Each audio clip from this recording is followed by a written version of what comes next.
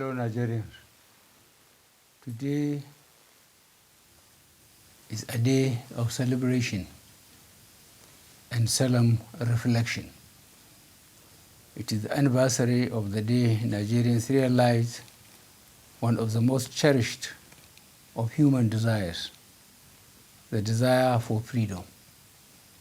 We, therefore, give thanks to and remember our founding fathers who labored so hard and sacrificed so much to build and bequeath to us this wonderful nation. It is our duty to consolidate this great legacy. On this 1st October date, and on the eve of the start of the general election cycle, we should do well to reflect on what bind us together and the great strength our diversity bestows on us. Ours is an ambitious nation, and as citizens, we have every right to look forward to the future with confidence and optimism, which are well-founded considering where we find ourselves today. There has been a steady improvement in the security situation in the Northeast. We remain committed to ending the crisis and make the Northeast safe for all. Our thoughts and prayers are always with the victims of Boko Haram's atrocities and their families. Beyond that, we know that the goals of the Boko Haram terrorists include capturing territories, destroying our democracy, and denying our children the right to education. We will not allow them to succeed. I want at this point to pay tribute to the men and women of our armed forces, the police, and other security and law enforcement agencies who have been working under the most difficult conditions to keep the country safe. In the process, many have made the supreme sacrifice. As their Commander-in-Chief, I assure these our gallant men and women that I will continue to empower them by deepening their professionalism and providing all the necessary force multipliers and enablers required for them to prevail on the field. I am looking into all reported cases of inadequacies in relation to their entitlements, their welfare, and those of their families.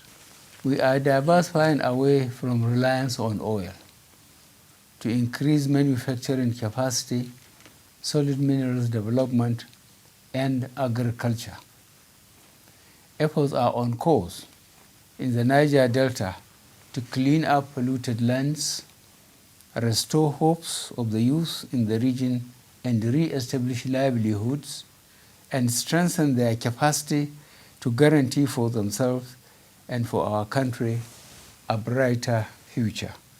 The age-long conflict between herders and farmers that was being exploited by those seeking to plant the seeds of discord and disunity amongst our people is being addressed decisively. We will sustain and continue to support the commendable efforts by all, including civil society organizations, local and state governments, and our traditional and religious leaders in finding durable solution to this problem. This being a transhuman issue, we are working with countries in our region that are also facing similar difficulties to complement our common efforts. In this context, I must warn that the perpetrators of murder and general mayhem in the name of defending or protecting herders or farmers will face the full wrath of the law. Meanwhile, we urge all peace-loving Nigerians to reject any simplistic portrayal at home or abroad, of this conflict as either religious or ethnic based. We are one of the countries in the world most affected by environmental degradation as a consequence of climate change. We are signatories to almost all conventions and agreements aimed at slowing down the effect of climate change and mitigating its now evident consequences. The consequences on lives and livelihoods of the shrinking of the Lake Chad and the pollution caused by oil exploitation activities alone make it mandatory on us to be at the forefront of the struggle for a safer and more sustainable environment. We will continue to mobilize international support for our efforts in this regard. We are making progress in the fight against corruption and recovery of stolen public funds and assets despite vicious and stiff resistance. The shameful past practice of the brazen theft of billions of naira is no more. Shady oil deals and public contracts that were never delivered have become things of the past. Consequently, and this is very evident across the country, we have done more with less in infrastructural developments. Roads, railways, major bridges, schools, energy and power, air and seaports, welfare of serving and retired personnel, both civilian and military, including payment of legacy debt such as pension areas, have been attended to. There is now an enabling environment for local and foreign investment in Nigeria. We are building a rules-based system, a level playing field that is free from fixers and intermediaries. This is the cornerstone to help genuine investors and honest consumers, and the platform that will allow for the real reforms that we intend to deliver over the coming years. We are gradually strengthening the economy with a stable naira and falling inflation rate. We are building an economy that is moving away from over-reliance on oil. Consequently, we have witnessed massive return to farms and seen bumper harvests despite recurrent floods across the country. These positive developments are the result of our collective pursuit of a common vision through hard work and dedication after the missed opportunities and disappointments that followed the return to democracy in 1999. At the forefront have always been our youth. They have been at the vanguard of the struggle for independence. They fought in the war to keep the country united. And it was they who kept alive the struggle for democracy and human rights in our country at times when these were at risk, especially following the June 12, 1993 election and the historic 2015 election process.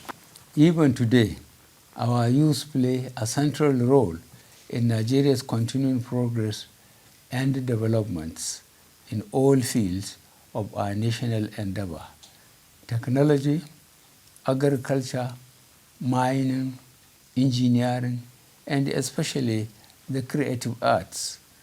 Together, we are building a more diverse, inclusive, and self-reliant economy. In the past 3 years, we have introduced many policies and programs targeted at youth development and youth empowerment. We support the Not Too Young to Run legislation aimed at giving the youth greater say in our national politics and governance. The school feeding program in primary schools is aimed at encouraging enrollment and attendance. We are building on what we have already introduced to support schools and universities to which funds have recently been released for upgrade of facilities, training programs for our entrepreneurs, and rehabilitation schemes for victims of terrorism and human trafficking. Fellow Nigerians, now we have in our hands technology that is a powerful tool that we can and should use for knowledge and understanding. As with other countries, we must also learn how to manage those tendencies that instead look to abuse new technologies to provoke passions and stir tensions. Never before have we faced such a challenge. We must all rise to the responsibility of shutting out those disruptive and corrosive forces that hide in today's world of social media. We need critical minds and independent thinking to question until we are satisfied we have the facts. Otherwise, all the progress we have made as a democracy since 1999 is at stake. I have committed myself many times to ensure that elections are fully participatory, free and fair, and that the independent National Electoral Commission will be exactly independent and properly staffed and resourced. The ballot box is how we make our choice for the government's rule in our name. Fellow Nigerians, developing a thriving democracy is not an easy task. There can be no quick fixes or shortcuts. These are the most important lessons that we have learned in our 58 years as an independent nation. At the international level, we remain a responsible and respected member of the international community, playing active positive roles within ECOWAS, the African Union, and the United Nations, as well as all other regional and international organizations and institutions of which we are members. We will continue to support initiatives aimed at addressing the challenges of our times. Global and regional crises and conflicts, terrorism, transborder crime, climate change, human rights, gender equality, development, poverty and inequality within and between nations. In this context, we are working hard to achieve both the African Union 2063 agenda for socio-economic transformation of our continent and the United Nations 2030 agenda for sustainable development, which together aim these changes. Fellow Nigerians, as we celebrate the 58th anniversary of our independence, we know we are on the right path. Although we have our differences, they count for far less than the values, virtues, and common aspiration that unite us as a nation. We have so much for which we should be grateful, and in which we should rightly take pride. It's not finished, but we have come a long way. I want to assure you that as President, I will continue to work tirelessly to promote, protect, and preserve what really matters: a united, peaceful, prosperous, and secure Nigeria, where all, irrespective of background, can aspire to succeed. Thank you. I wish you a memorable